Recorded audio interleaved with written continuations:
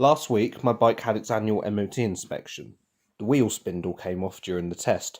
The headlight casing had come loose and had to be fixed using industrial tape, and since Christmas the direction indicator telltale hadn't been working either. Yet despite all that, it passed. As it turns out, on the annual MOT inspection, there are some differences between motorcycles and mopeds that you should know about. Hello. Now, I would normally be filming these videos in an exotic location, but today I'm at home and I wanted to make this video. So last week my bike had its annual MOT test, and if you're not sure what that is, it's an annual inspection that checks the safety and roadworthiness of vehicles. And once a vehicle hits a certain age, you have to do this as a legal requirement. It's when the vehicle turns 3 years old in mainland Great Britain or 4 years old in Northern Ireland. Now, I had my test last Friday and it passed. I was really stumped by this because of the problems I showed you at the start of this video. I was extremely confident that it would fail and I'd need to get some work done to it. But I was shocked, I was bewildered, I was surprised beyond belief when I found out it passed, not even with any advisories or minor defects. Nothing at all. It was a clean pass.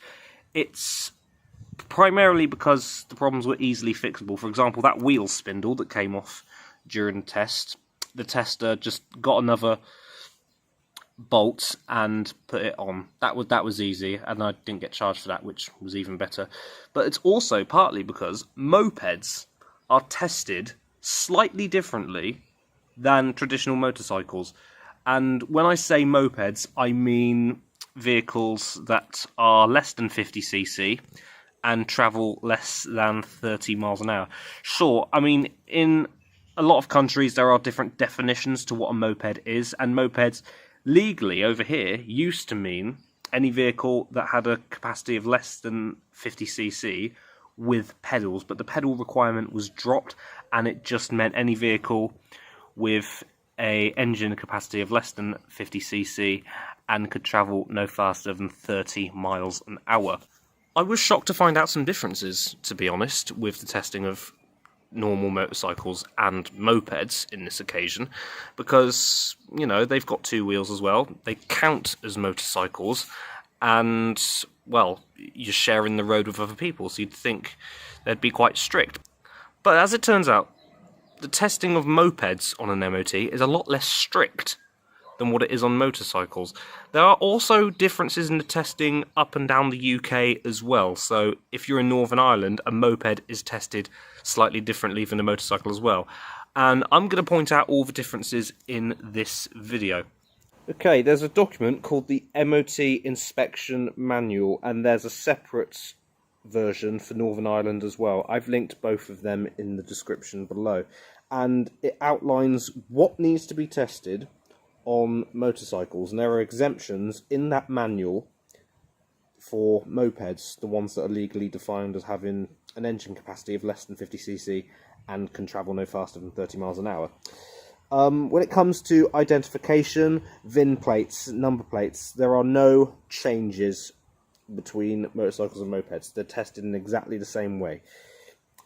Same with brakes as well. Now, in Great Britain, England, Scotland and Wales, the standard required is around 30% brake efficiency. But in Northern Ireland, motorcycles require at least 50% brake efficiency, and mopeds only need 42% brake efficiency. So if you have a motorcycle, it's going to be more strict in Northern Ireland, but if you have a moped, it's still going to be more strict than what it would be in the rest of the UK, but there is a difference between brake efficiency requirements between a motorcycle and a moped if you're in Northern Ireland. Those are the only differences between motorcycles and mopeds when it comes to brakes. Steering, there are no changes to do with the handlebars and vehicle control. No changes. Motorcycles and mopeds are tested in the same way across the whole of the United Kingdom.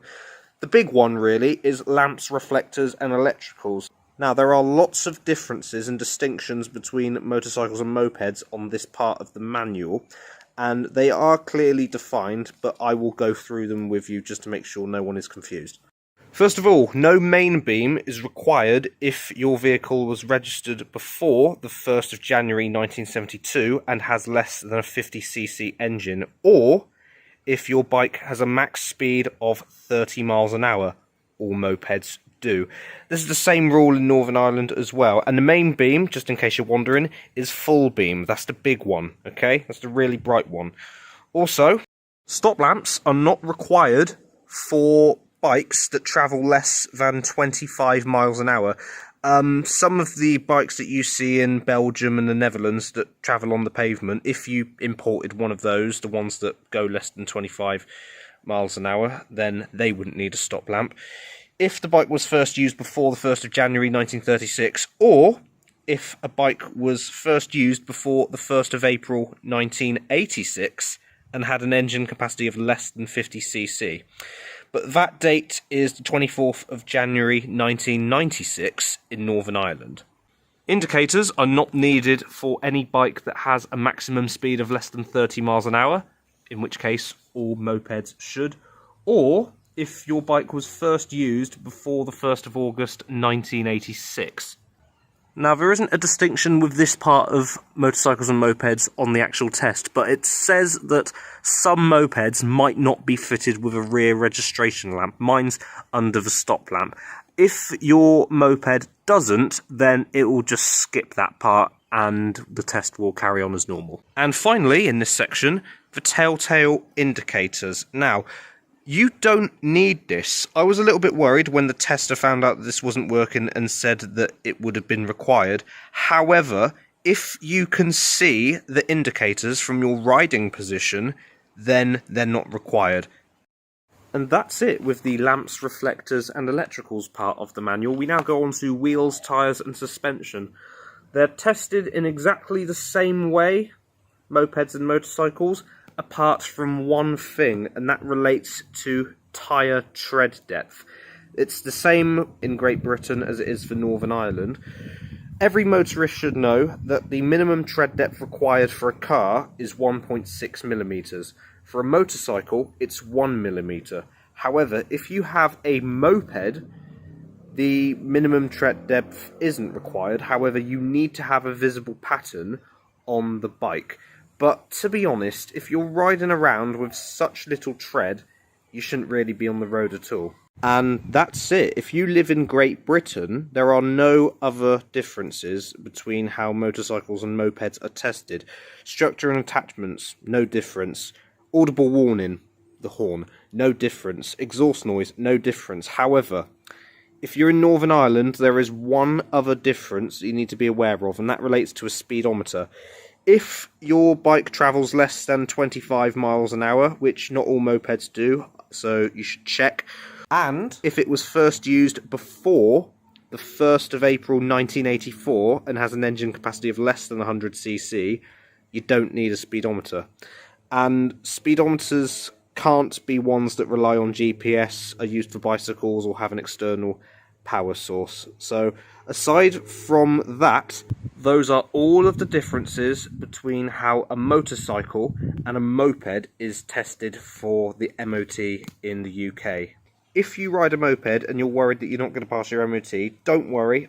If your problem relates to lamps, reflectors and electricals, you'll find that there's a lot more tolerance compared to a regular motorcycle. And if it's relating to tyres as well, you'll get away with the tread depth as long as it's visible, but if it's really that low, you seriously need to change your tyres, not just for the benefit of yourself, but for the benefit of other people. Like I say, there are some differences if you live in Northern Ireland, and I've put both Great Britain and Northern Ireland motorcycle MOT manuals in the description. These were the regulations at the time, so they could change after this video is uploaded, and it's important that you check them to make sure that you are fully aware of the differences and how much leeway you can have. Like I said with the wheel spindle at the beginning, if the problem is easily fixable at the time of the test, an example of that would be the tape under the headlamp. Basically, because the plastic had got so old and so brittle, it broke apart, and I couldn't really go through the hassle of trying to source a headlamp casing. So industrial tape did the trick, and it satisfied the MOT tester, and therefore I got a clean pass. If you know someone who has a moped and has their MOT coming up, please share this video so you can give them peace of mind. Thanks very much for watching. I hope to see you again soon.